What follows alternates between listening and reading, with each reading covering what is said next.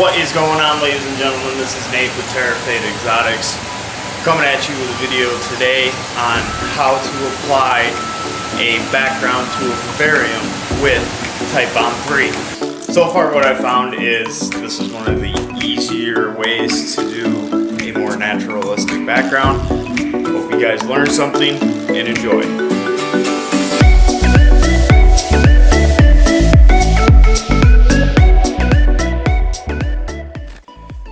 Welcome back. So we're here, we got our mix. This is a custom mix that we make here at Titebond Exotics. You can see some of the basics, but we also add some smaller, finer ingredients which really help shingling plants or any other plants that you put to grow on the background really thrive. I do warm water. I mean, you don't have to. This is just basic tap water. Let it warm up. The tip with this is you want the material to not be soaking wet, but you want it to where it's damp, if that makes sense. So I'm gonna add some water, trot it off, and then mix. So we need to add some more water. And go slow at this. I mean, I don't know if some of you guys and gals are like me, but when you get into a build, you want to keep that forward progression going. So if you get it oversaturated, then you're going to have to wait for it to dry out. And again, I'm going through, taking wet clumps and dry clumps, mixing them together to get a all-around consistent moisture level throughout the entire material. Sometimes this does take a little bit longer. You need just a splash more water. That should do it. The reason you want it moist and not completely soaked is glue. E3 or Titebond 3, which is a safe glue. It comes in a green bottle, and I'll show you later. They use it for anything that has to do around food prep or animals. It is water soluble. So what that means is it actually cleans up very well in water. What your goal to do is to add enough water to this mix to where it helps to thin the glue out but not make it completely useless, but also allows the glue to dry at a slower pace. The issue with the glue drying so fast is it'll actually grab the material and start to pull it apart, and then you have to go through and patch it up at another round. So that's a good consistency. You can see it'll form a ball, but if I turn the ball upside down, it'll fall apart. So it's nice and moist. It's not dripping water. It's just a good, consistent wet. Alright, let's go. Alright, focus. Alright, so we have our slightly moistened background substrate. This is what I'm talking about. Titebond Ultimate 3 or T3. Green label made life so much easier when it comes to building backgrounds. I buy it in the big jug, but I also save the little applicator bottles as well. Sometimes the things stick and I can't always use them, but I mean, you're working with glue. So what I like to do is make a little depression in the middle. Get your bottle going. I already tore my glove. Look at that. What you want to do is you kind of want to get it the consistency, I guess, of oatmeal. I try not to go too wet as it takes so much longer to actually finish and dry.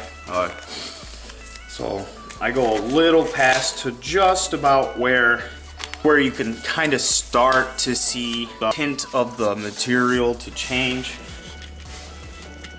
But just like what we were doing with the application of moistening the substrate, you really want to spread that glue out nice and fine throughout the entire material.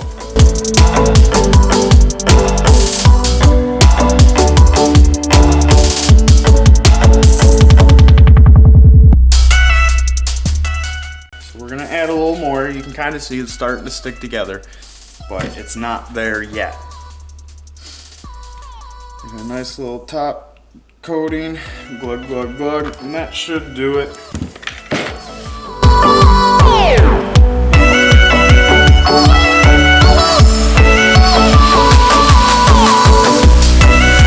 A little bit more for good luck.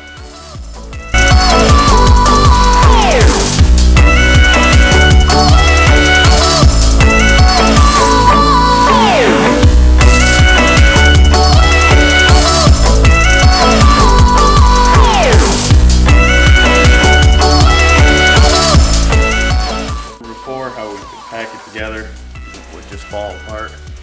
Well, now it'll hold together. That's what you want. You can see how the color is lightened. That means everything is finely coated. The sphagnum has helped absorb some of the glue, and it's ready to be used. At this point, we're ready to stick it on some tank backgrounds. Let's go. Take this applicator bottle. Hope that the glue comes out.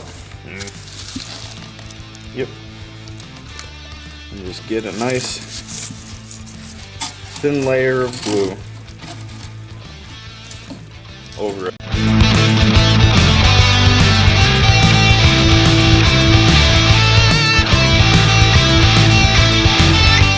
Alright, so I got a good little bit on there. What you do now is you get yourself a cheap brush and just kind of spread it around.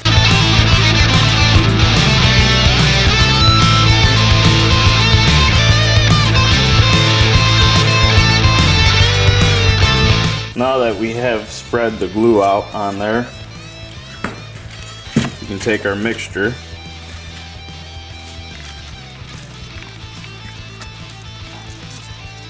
I like to first just kind of lightly pack it in place until I get all the material on the background where I want it.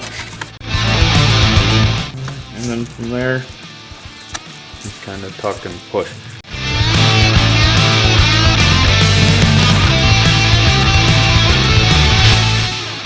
I like to get it right up next to the rim of the Vivarium. It's okay if you get extra. Onto the plastic where the lid sits, it's no big deal. You can always go back once it dries. Excuse me, scrape it off.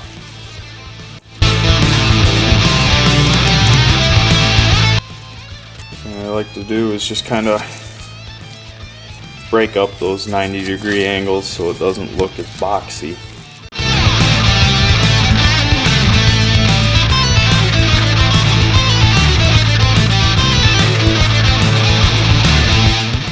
And there you have it.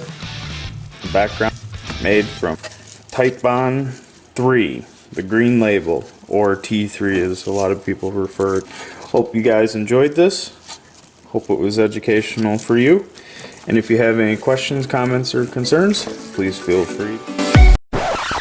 Like, subscribe, and share. Take care, guys. Enjoy yourselves.